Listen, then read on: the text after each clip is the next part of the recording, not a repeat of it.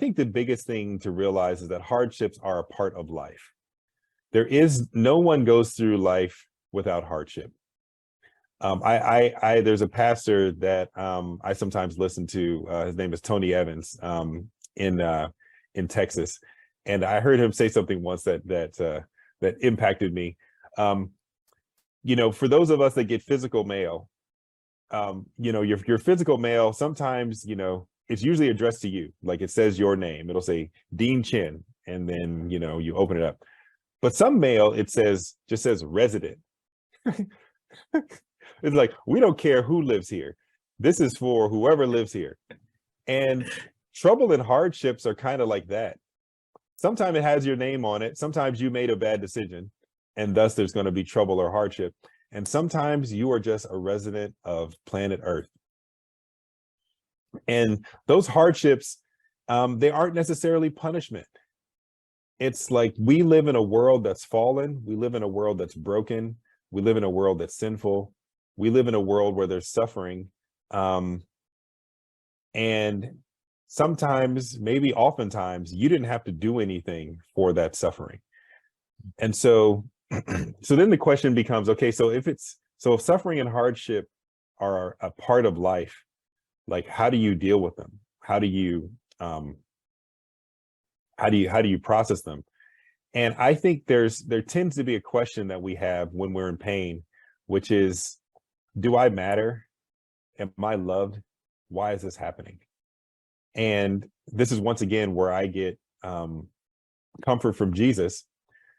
I couldn't believe in a general God. I don't think I could have a belief in a general God.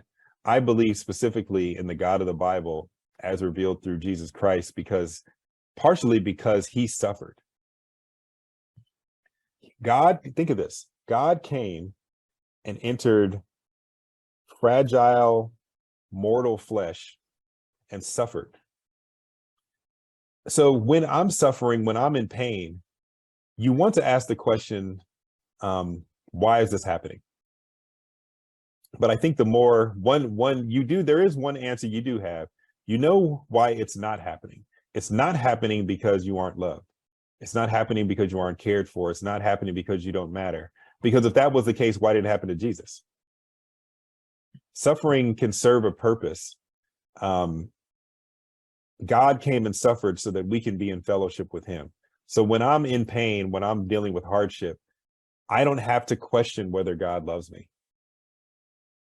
That is maybe the most important thing to make it through suffering, and not to let it kind of poison you. It's recognizing that you are valued, you are loved, even when you're in pain. And if you want evidence, look at the Gospels. At the end of all 4 Gospels, you see Jesus suffering and dying for you. So if God didn't love you, why would he do that? So it must be something else. This is for your growth. This is just because this world is messed up. It's not fair sometimes. But it's bigger than you. It's not just like God is like picking on you. It's that this world is full of evil and sin. But I know God loves me because he came into this world to suffer and be in pain with me. So I don't know how much that helps, but like when I think about hardships, I think about just recognizing that it's important to it's even more important in those times to have God with you and to recognize that you are loved, you are valued, even in those tough times, because your first temptation is to question that. And if you start to question that, then you can go into some really dark places.